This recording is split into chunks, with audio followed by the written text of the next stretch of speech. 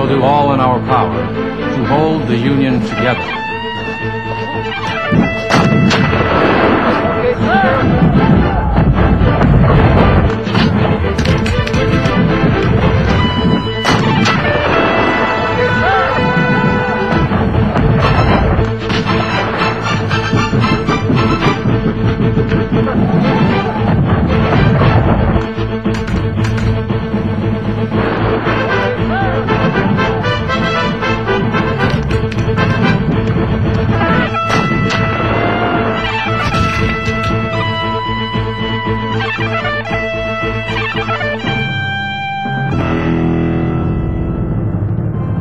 From 1861 to 1865, there were 4 long years of fighting, suffering, and dying. Why? What was so important that nearly 750,000 young men had to destroy their lives? How could this tragedy of civil war happen to our great country, the United States of America? And was all this bloodshed worth the price?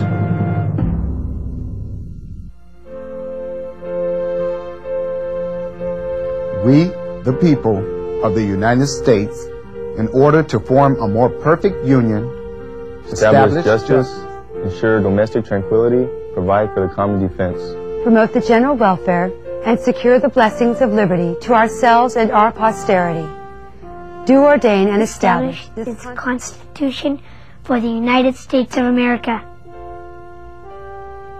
The American Constitution recognizes the right of each individual and group to have its vision of life fulfilled.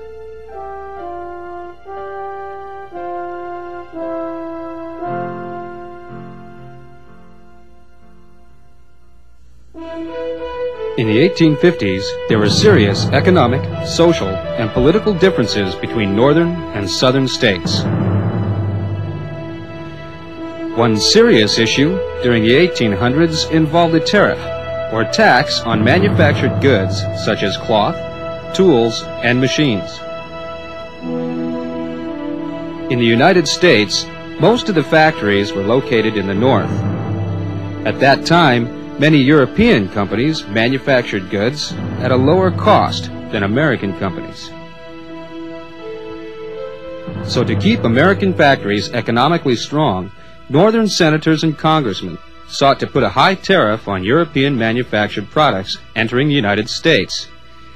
This tariff would make the European-made goods more expensive than those same goods made in the U.S. and would encourage Americans to buy American-made products.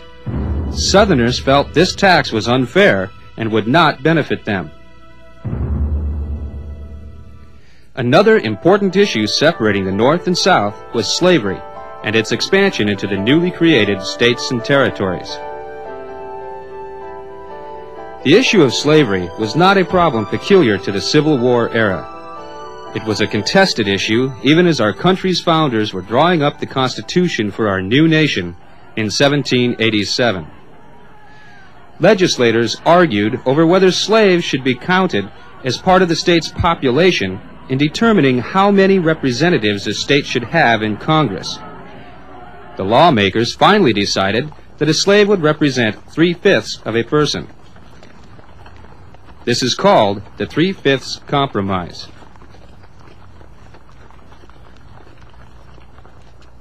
For the next 40 years, different lifestyles also separated the North from the South. By the 1820s, the northern states still had many farms, yet these states were also building large cities.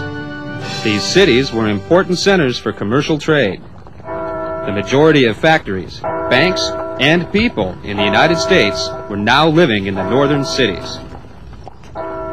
Northern employers depended on cheap immigrant labor from Europe to work in the new factories.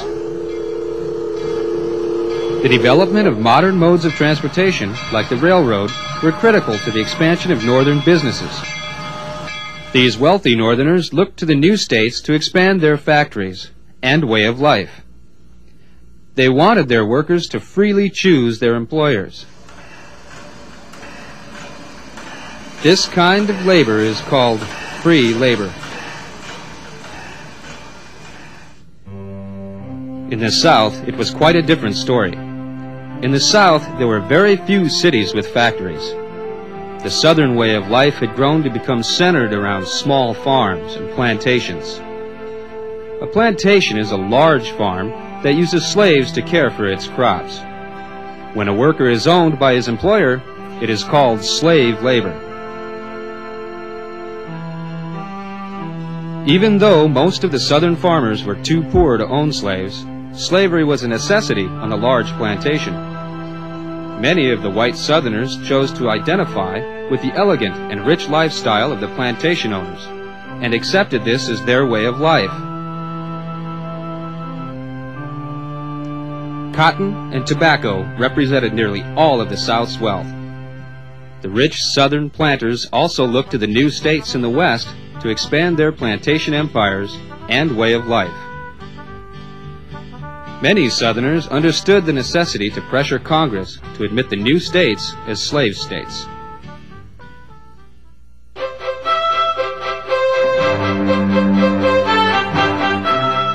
Why worry about those other states and those silly territories you keep talking about? Slave states, free states. None of it affects little old me. Who cares? I care. The United States government cares.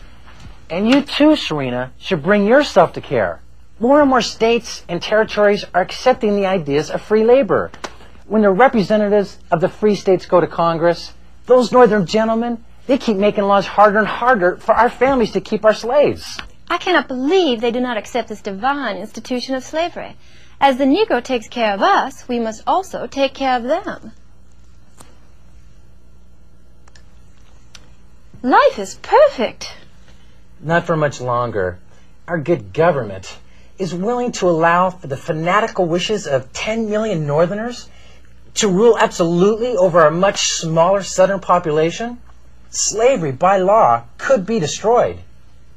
It's all beginning to come clear to me now how wrongful it is that our fate be determined by others and not ourselves.